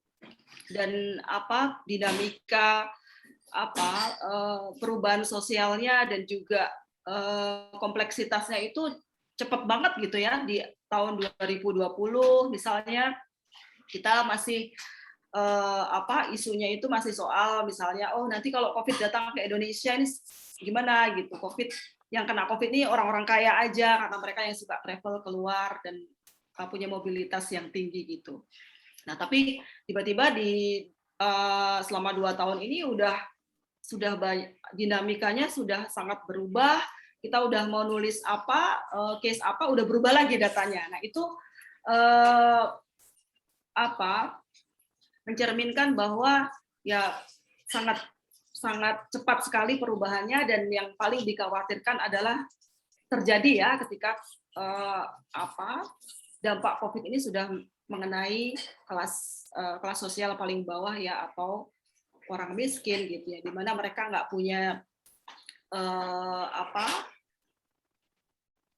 social insurance, asuransi sosial, mereka nggak punya jaminan ketenagakerjaan, nggak punya jaminan pekerjaan dan sebagainya, dan ya mereka mendapatkan income-nya dari kerja harian gitu, nggak punya privilege atau kemewahan untuk bekerja dari rumah, sehingga mereka setiap hari harus terpapar terhadap resiko-resiko kesehatan, resiko-resiko kematian, dan resiko-resiko lainnya gitu. Nah, kalau menurut saya ya kalau ini nggak segera diatasi ya, maksudnya kesenjangan yang semakin dalam, semakin lebar antara kelas menengah ke atas dan juga kelas bawah ini ya saya khawatir nanti akan semakin menimbulkan banyak sekali masyarakat makin resisten mungkin, dan juga kalau atau mungkin COVID juga tidak terselesaikan, makin banyak orang yang terpapar dan juga fasilitas kesehatan nggak mampu menampungnya. Itu karena kelas bawah itu tadi mereka nggak bisa secara full ya, kemudian prokes, dan terpaksa mereka harus keluar rumah dan punya resiko terpapar lebih banyak gitu dibanding mereka yang kelas menengah ke atas. Jadi kayaknya kalau penyediaan jaminan sosial ini tidak hanya melulu punya negara ya, kalau udah kayak gini sepertinya ya peran komunitas, kemudian peran kemudian NGO atau non-state actors, dan juga relasi sosial ketetanggaan atau neighborhood ini punya peran yang sangat krusial gitu untuk menopang menopang ke insecurity-nya masyarakat kelas bawah ini, untuk menopang kehidupan mereka gitu. Jadi solidaritas sosial memang kita dengar terjadi di mana-mana ya, di Jogja, di setiap kota, dan semuanya punya karakteristik macam-macam. Tetapi kalau kemudian ini sifatnya jangka panjang, ya kita nggak tahu sejauh mana kekuatan dari masyarakat itu sendiri. Tetapi kalau itu kemudian diorganisir dengan baik, saya rasa tetap jaminan sosial berbasis komunitas ini akan menjadi penopang yang kuat gitu untuk menjamin masyarakat di saat-saat krisis ya, atau emergency situation seperti itu. Baik. Kayaknya itu sih ya, Pak Nino. Ada ya, makasih Mbak Vina sama Mbak Lia ya atas responnya. Saya ingin satu masuk kepada meneruskan satu lagi.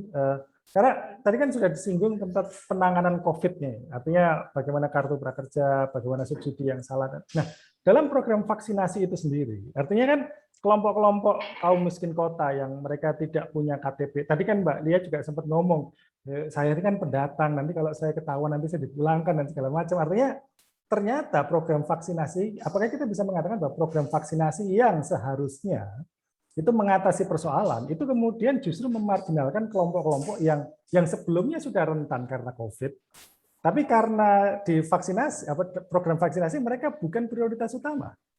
katakanlah seperti saya gini, saya atau mungkin teman-teman yang dosen itu kan atau pendidik yang lain itu kan mereka punya privilege. Kita berada dalam suatu struktur sosial yang kemudian itu memfasilitasi. Jadi saya nggak perlu pusing-pusing, saya sudah dapat SMS gitu.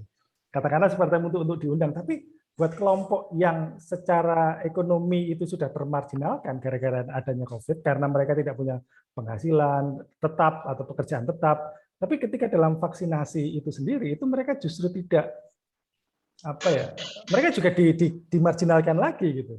Artinya akses mereka terhadap vaksinasi itu menjadi semakin sulit. Nah, saya nggak ngerti kemudian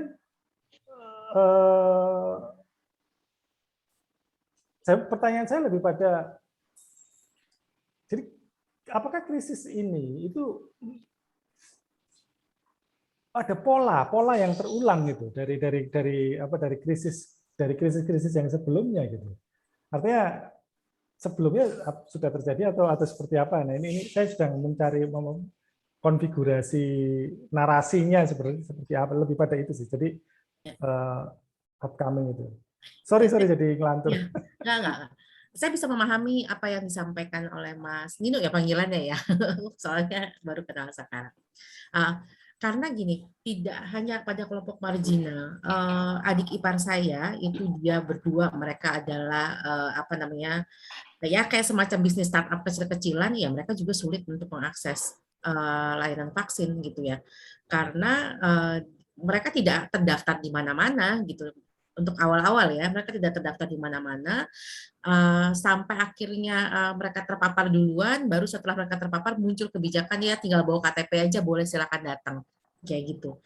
Jadi memang tidak hanya kelompok termarginalkan, ada kelompok-kelompok tertentu yang juga memang mungkin perlu proses masih jauh dari akses vaksinnya gitu ya. Seperti ipar saya yang memang dia pengusaha, bukan pengusaha, dia memang pekerjaannya adalah menjual barang-barang secara dropshipper misalnya, dia ibu rumah tangga terus menjual barang secara dropshipper, lalu sementara suaminya itu bekerja di perusahaan swasta yang posisinya sebagai pegawai kontrak, tentu tidak mendapat prioritas, belum mendapat prioritas utama juga gitu. Bayangkan yang kelompok yang lebih sulit lagi, yang marginal itu bagaimana mengaksesnya gitu. Itu dapat bagaimana gitu mereka untuk bisa mengakses itu. Jadi memang apa yang menjadi burning issues buat Mas Nino memang itu memang real adanya dan memang itu perlu difikirkan tuh hal-hal yang seperti itu. Kalau menurut saya sih seperti itu, Mbak Yuni. Malah saya nambah-nambahin ya Mbak Yuni ya, nambahin. Jadi artinya akses ya? Tadi itu yang dibahas oleh Mbak Milan di atas ya, yang awal-awal. Mas Dino, saya itu beberapa waktu yang lalu sempat melakukan penelitian ya terhadap tentang COVID ini, dampaknya terhadap kaum pinggir kali. Nah itu memang keadaannya tuh memprihatinkan sekali. Jadi mereka sebagai warga kota itu benar-benar tereksklusi ya, karena mereka pendatang. Kemudian mereka hidup di pinggir-pinggir kali itu, mereka miskin dan tidak diakui sebagai warga kampung gitu. Jadi eksklusinya sebagai warga negara itu nggak cuman hanya karena mereka pendatang, tapi juga karena mereka miskin, karena mereka juga nggak ada lack of education. Jadi memang yang pasti akan banyak sekali ya kejadian-kejadian exclusion ini yang menimpa warga kita ya di tengah COVID ini. Dan kalau melihat respon mereka sih, mereka ya memang keadaan saya seperti ini, kemudian ya memang saya nggak ada pendidikan, saya tersisih, saya kotor dan sebagainya, dan itu benar-benar kasihan loh, mereka terinternalisasi sebagai warga yang terusir, terpinggirkan, dan seolah mereka itu kalau ya kayak refugee gitu ya, refugee tapi di negara mereka sendiri, nggak punya hak suara apapun, nggak dapat akses apapun karena sebagai warga kampung sendiri itu mereka nggak diakui gitu. Jadi memang itu terjadi sih, Mas Nino, kayak gitu. Jadi kalau menurut saya ya kayaknya suara-suara mereka ini yang harus di up ya, nggak cuma soal kita nggak dapat akses atau kelas menengah belum dapat, kita kelelahan bekerja dari rumah dan sebagainya, tapi yang suara-suara yang pinggir-pinggir itu yang kayaknya nggak terrekognisi sama sekali, nggak, bahkan di pengetahuan kita tuh nggak ada gitu. Jadi kayaknya PR-nya mesti lihat yang kecil-kecil itu tadi, yang sehingga pemerintah juga aware ya bahwa ada eksklusi berlapis-lapis di situ gitu. Ya, sebenarnya masalahnya kan bukan hanya saat pandemik ya. Sebenarnya sejak dulu, hanya ini makin terekspos Ya, pada pandemik, jadi semakin termarginal mereka dalam hal ini. Ya.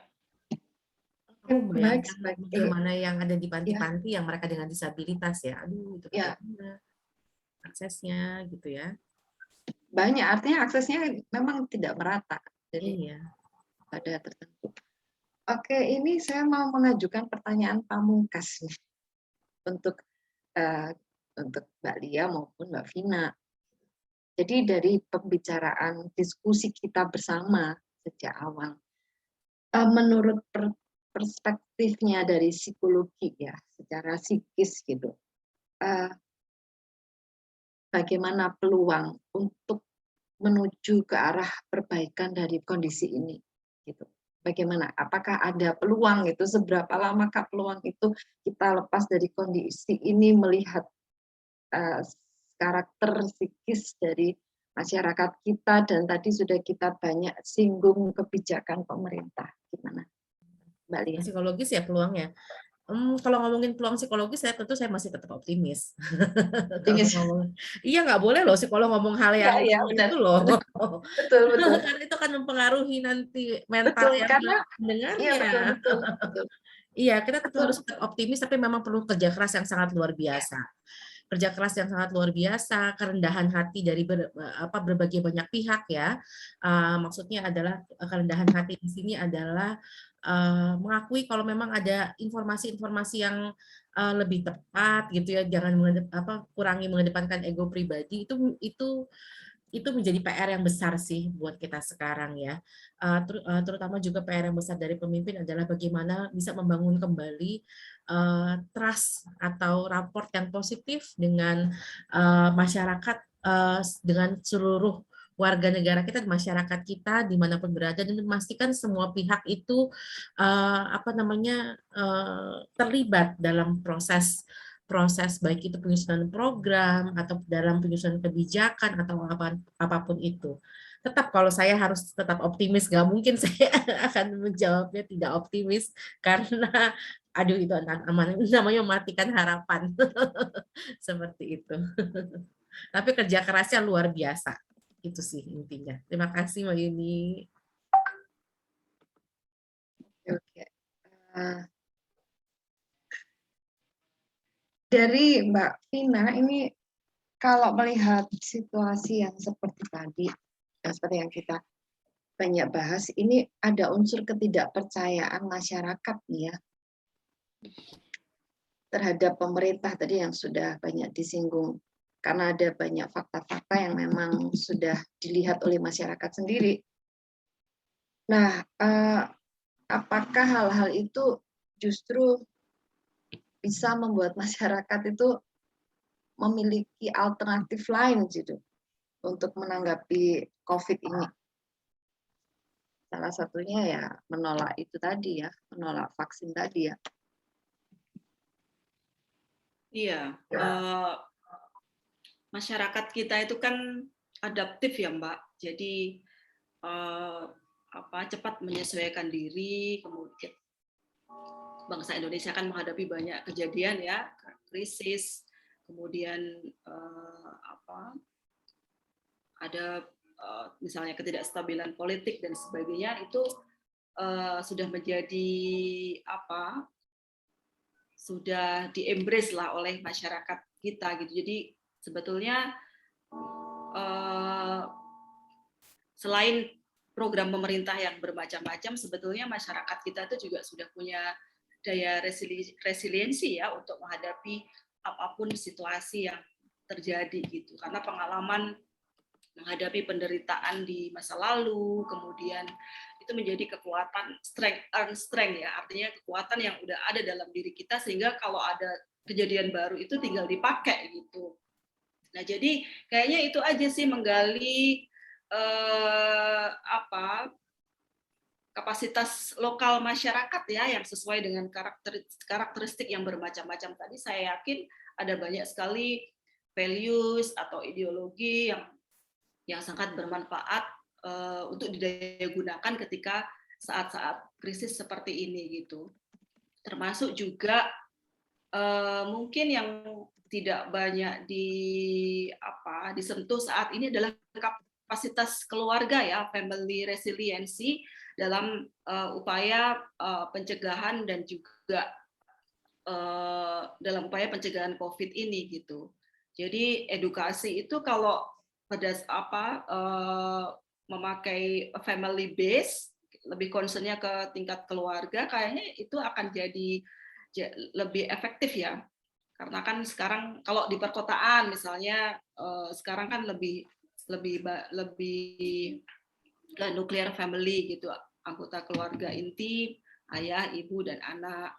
Itu kalau kemudian edukasinya dilakukan terus-menerus, saya rasa itu akan membuahkan hasil gitu. Termasuk juga misalnya kalaupun keluarganya adalah keluarga besar, kalau kemudian itu dilakukan terus-menerus edukasinya, awareness-nya ke tingkat keluarga, saya rasa itu akan menjadi pembelajaran yang bagus ya untuk keluarga. Jadi kayak di tempat kita masing-masing kita juga belajar terus kan, misalnya berinteraksi dengan orang tua, dengan keluarga, dengan suami, dengan anak, itu juga bagian dari bagaimana kita mengkonstruksi pengetahuan dan mengalami pengetahuan itu sendiri gitu. Jadi kayaknya mesti menggali dari case-case di family dan juga menggali dari kasus-kasus lokal sehingga kita bisa menemukan apa sih yang menjadi basis kekuatan kita untuk menghadapi situasi yang menantang ini ya, termasuk situasi mungkin yang lain-lain nanti. Itu kayaknya mesti daya resiliensinya dibangun dari diri kita sendiri. Dengan gencarnya vaksin ini, Mbak Vina, yang sudah dilakukan oleh pemerintah. Apapun ya pilihannya, mau vaksin atau ya, karena kan vaksinasi ini kan basisnya ya keluarga kan. Kalau memang itu masih mau dilanjutkan, kayaknya nggak cuma vaksinasi tapi juga edukasinya soal COVID ini, Mbak. Jadi nggak cuma kita berangkat vaksin tapi kayaknya program-program education atau awareness itu melanjutkan ke family tadi. Gitu. Jadi nggak cuma vaksin ya, harus ada preventif pemberian edukasi yang lebih detail ya untuk personal ke keluarga juga. Sebetulnya PA ada program berjarak itu khusus untuk keluarga. Kementerian Pemberdayaan Perempuan dan Perlindungan Anak dia punya program berjarak khusus untuk keluarga. Cuman memang kayaknya KPPPA itu belum menjadi salah satu bagian utama dalam Satgas kayaknya ya. Sepertinya lebih diutamakan yang lain. Nah itu. Tapi makanya itu didorong ya Mbak Lia ya. Harusnya didorong. Karena memang berarti sudah ada wacana artinya ya. Itu udah dari tahun lalu loh, berjarak itu pas awal-awal COVID itu dia udah keluar program berjarak itu. Gitu. Jadi mari bersama jaga keluarga kita kalau nggak salah singkatannya itu. Dan itu memang implikasinya? Ya? Implikasinya target utamanya untuk pencegahan kekerasan, tapi utamanya di situ, target utamanya untuk pencegahan kekerasan, tapi juga selain itu mengidentifikasi salah satunya tracing, mengidentifikasi yang informasi, memberikan informasi COVID dan identifikasi juga kalau memang ada kasus-kasus COVID. Dan sekarang ini kan mereka targetnya adalah untuk mengidentifikasi anak-anak yang kehilangan orang tua akibat pandemi kan. Sekarang kan ada banyak tuh yang seperti itu. Nah itu juga jadi tadi saya sepakat dengan Mbak Vina dalam hal ini untuk kembali menguatkan fungsi keluarga di situ ya, karena apalagi keluarga itu fungsi yang sangat besar perannya untuk menguatkan resiliensi dan juga untuk menguatkan selain resiliensi juga dukungan psikososial yang awal itu datangnya memang dari keluarga. Jadi memang itu sangat sangat penting untuk dijadikan target pemerintah. Terima kasih. Tapi benar juga ya Bu ya, saya jadi ke Ibu ini. Artinya, iya, gimana? Artinya ini kalau melihat saya dari pengalaman teman-teman gitu ya, teman-teman yang terpapar, terus juga melihat kejadian di sekeliling saya, teman-teman kantor juga, itu saya kira psikis penderita itu sangat menentukan bagaimana kondisi akhir.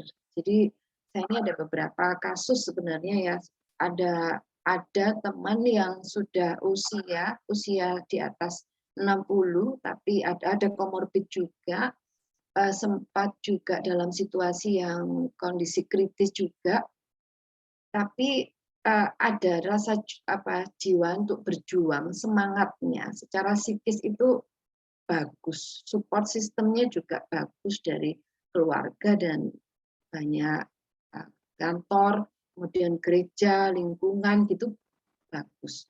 Akhirnya bisa sembuh, bisa bertahan. Nah, beda dengan teman saya yang seusia saya, bahkan lebih muda 1 tahun, itu infonya semua sudah ditangani di rumah sakit. Obat Actempra juga sudah masuk, donor konvalen, plasma konvalen juga sudah masuk. Tapi karena ada stres, artinya secara psikis dia terganggu, tidak bisa selamat. Ya. Jadi selain dalam situasi untuk penanganan memutuskan antara ikut vaksin atau tidak, selebihnya saat terpapar pun secara psikososial ini juga sangat penting ya bagi masyarakat kita, harus juga disiapkan gitu, maksud saya disiapkan supaya mereka juga bisa menerima situasi terburuk pun informasi yang sejelas-jelasnya dampak COVID ini bagaimana, bisa disembuhkan dengan cara seperti apa, saya kira itu juga penting ya untuk disampaikan kepada masyarakat. Karena itu juga berpengaruh pada proses kesembuhan. Ini satu lagi Mbak Vina, pertanyaan yang terakhir belum saya sampaikan tadi. Dengan gencarnya vaksin ini sendiri, ini kita bicara vaksin karena dari pemerintah ya, penanganan yang dari pemerintah saat ini, bisakah kita memprediksi akhir dari pandemik ini untuk masyarakat Indonesia? Akhir dari pandemi adalah kita living with pandemic. Living with. Yes, kita embrace dengan pandemi ini gitu. Jadi apapun situasinya, kayaknya masyarakat akan semakin terlatih ya dengan kejutan-kejutan baru ini ya, dengan kasus-kasus baru atau apapun yang dampak sosialnya gitu. Kayaknya masyarakat makin resilient dan kalau ya kuncinya adalah itu tadi embrace ya. Dimanapun kayaknya nggak akan hilang juga nih COVID, kayak dulu flu Spanyol juga kan mereka yang meninggal banyak, tetapi ya lama-kelamaan masyarakat sudah semakin imun dan kalaupun terjadi banyak case terinfeksi, tapi mungkin tingkat fatalitasnya tidak seperti sekarang ini. Jadi sudah beradaptasi hidup bersama virus gitu ya? Iya, kayaknya gitu sih. Akhirnya kita memang harus beradaptasi sih living with pandemic ini. Living with pandemic. Mau nggak mau ya. Kalau nggak ya kita akan makin nggak bisa ngapa-ngapain, nggak bisa bekerja, nggak bisa hidup bersama, berkomunikasi dan berelasi dengan anggota masyarakat yang lain gitu. Jadi kayaknya makin banyak strategi ya, misalnya kalau pas lagi banyak-banyaknya kita double masker, kita nggak keluar rumah, tapi kalau kemudian agak landai ya kita bisa kita bisa longgarkan sedikit, nanti kita prokes lagi kayak gitu, kayaknya udah mulai jalan juga intuisi dan sensitivitas masyarakat itu udah makin berjalan gitu. Mereka tahu apa yang dilakukan. Kayaknya sih gitu, dan itu menjadi edukasi yang bagus juga sih, kita Pengalaman dilatih terus berdasarkan dengan kasus. Benar, dilatih terus dengan banyak pengalaman penderitaan dan pengalaman menghadapi banyak kasus gitu. Copingnya semakin terbentuk ya, Bu Lia. Jadi mekanisme coping seseorang Iya, semakin betul. Copingnya semakin terbentuk. Nah, meskipun nanti akan ada, diprediksi akan ada banyak sekali dampak psikologis yang muncul ke depan, namun saya yakin bahwa kan manusia kan makhluk dinamis ya. Dia akan terus berupaya beradaptasi, melakukan penyesuaian-penyesuaian, dan kita juga jangan lupakan bahwa kita teknologi dan ilmu pengetahuan juga makin berkembang. Tentunya kita nggak pernah tahu ke depannya akan mungkin ada terobosan pengobatan atau terobosan intervensi tertentu ya. Kalau saya tetap optimis seperti saya bilang tadi, dan percaya bahwa manusia itu pasti bisa mengatasi kendalanya. Kalau di psikologi kita punya istilah namanya natural coping mechanism, bahwa setiap orang itu punya kemampuan adaptasi alamiahnya sendiri, secara alamiah. Secara alamiah punya kemampuannya sendiri untuk menghadapi tantangan yang dia temui dalam kesehariannya. Jadi itulah yang ingin saya sampaikan ya, bahwa semua orang punya natural coping mechanism, ada cara-caranya, dan kita juga tidak bisa melupakan bahwa manusia itu sangat dinamis gitu ya. Itu yang bisa membantu kita sebetulnya. Baik. Kita sudah mulai berdiskusi, berbincang mulai dari jam 18.30 sampai dengan detik ini mestinya sampai 8.30 nih waktu kita, tapi saya kira kita sudah cukup banyak mendapatkan inspirasi dari Bu Lia dan Mbak Vina, juga dari beberapa teman-teman Sumeneb dan dari Mas Mikael sebagai alumni dari teologi. Bapak Pendeta ya, Mas Mikael? Masih OTW. Oh, OTW. Belum jadi. Belum jadi, oke. Iya. Ya.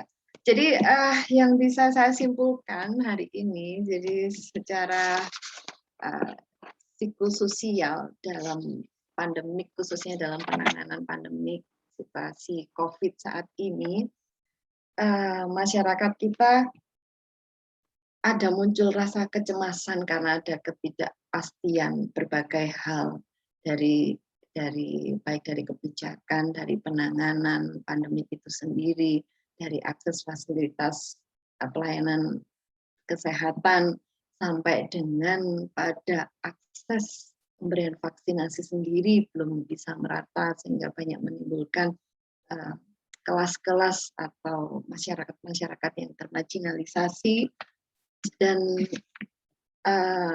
ada beberapa upaya yang bisa dilakukan selain daripada vaksinasi yang sudah digencarkan oleh pemerintah, yaitu edukasi yang terus dilakukan baik secara personal, keluarga maupun secara komunitas, bisa dilakukan dengan pendekatan melalui para tokoh agama, tokoh adat sebagai influencer yang bisa digunakan oleh pemerintah harusnya, dan ada beberapa PR juga oleh pemerintah ya yang harusnya juga kita dukung ya, tentunya kalau pemerintah sendiri tidak akan bisa jadi dukungan oleh semua masyarakat, dan karena penanganan dan program yang sudah pemerintah coba lakukan untuk Indonesia dalam situasi pandemik ini.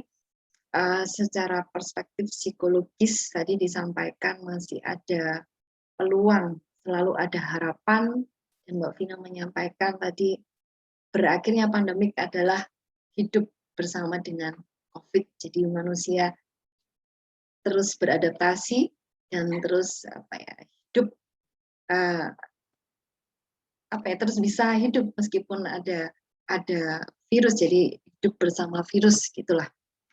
Tadi ya, itu tadi kesimpulan dari pembicaraan kita selama beberapa jam ini. Saya mengucapkan banyak terima kasih Bu Lia yang sudah menyempatkan waktunya untuk kami Yutenika, dan Mbak Vina. Terima kasih untuk waktunya. Sama-sama, Mbak. Ya, terima kasih Senang untuk sekali. semua. Ya, sama saya juga senang sekali. Terima kasih untuk teman-teman semua, para peserta. Aduh, antusias sekali. Saya senang jadi ada banyak perspektif baru, pandangan baru sampai dari Jerman segala ya kita ikut dibawa ke sana. Terima kasih untuk semuanya. Masih ada satu lagi nanti di bulan depan acara kita, yaitu lanjutan dari untuk acara ini ada webinar yang keempat. Mungkin ada yang perlu disampaikan, Pak Nino?